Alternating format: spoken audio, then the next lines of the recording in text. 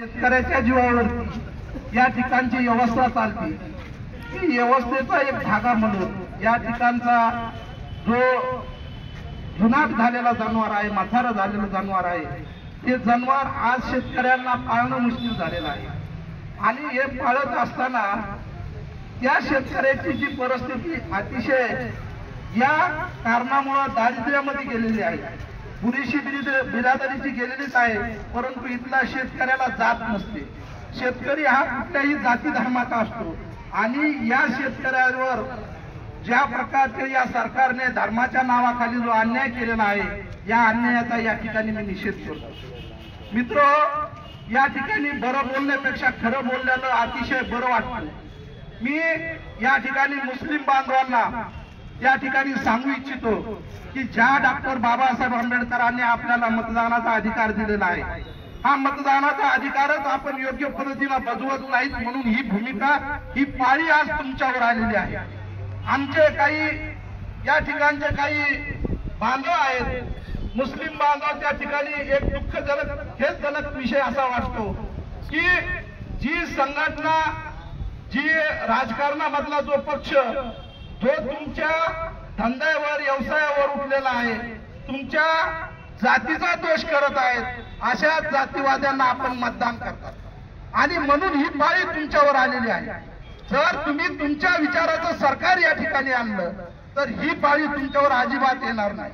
कारण मी बऱ्याच आपल्या कुरेशी बांधव, मुस्लिम बांधव, आमचे बौद्ध बांधव यांच्याशी चर्चा करतो की ज्या वेळेस मतदान येतं त्यावेळेस त्यांनी सांगितलं जातं की नगरपालिकाचं मतदान आहे म्हणून आम्ही या पक्षाला मतदान करतो, आम्ही आमदारकीचं मतदान आहे, आम्ही माणसाला कोण कुठंच माणसं, तुम्ही काय जनावर थोडं आहे, तुम्ही बी माणसंच आहात ना। ज्या पक्षाला आपण मतदान दिलं आहे त्याची नैतिकता आहे, त्याची नैतिक जबाबदारी आहे, ही जबाबदारी तो पक्ष कधी स्वीकारणार नाही।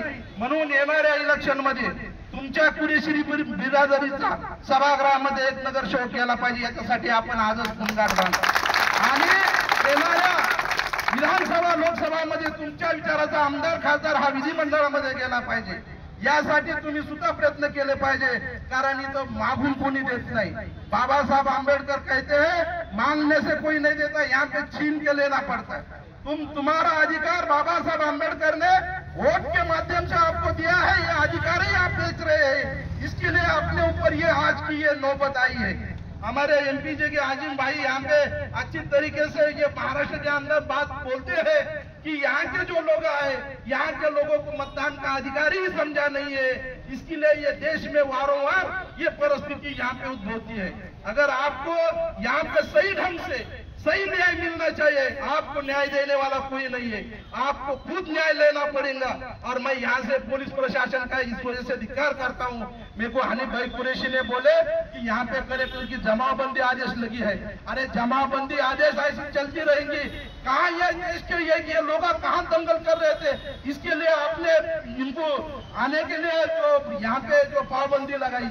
मैं यहाँ पे आपको गुजारिश करता हूँ कि इसके बाद में पुलिस ने ये जो यहाँ पे जो बच्चे कच्चे यहाँ पे जो आरएसएस संघ के नाम पे जो पुलिस स्टेशन के अंदर फोन करके जो कुरैशी लोगों को तकलीफ देते हैं, पुलिस प्रशासन ने इनके ऊपर दुर्लक्ष्य करना चाहता हूँ। और मैं यहाँ पे ये कहना चाहता हूँ कि यहाँ के वंचित बहुजन आघाड़ी अंबड के जिला लेवल पे आपके साथ में कुरैशी बिरादरी के साथ में है।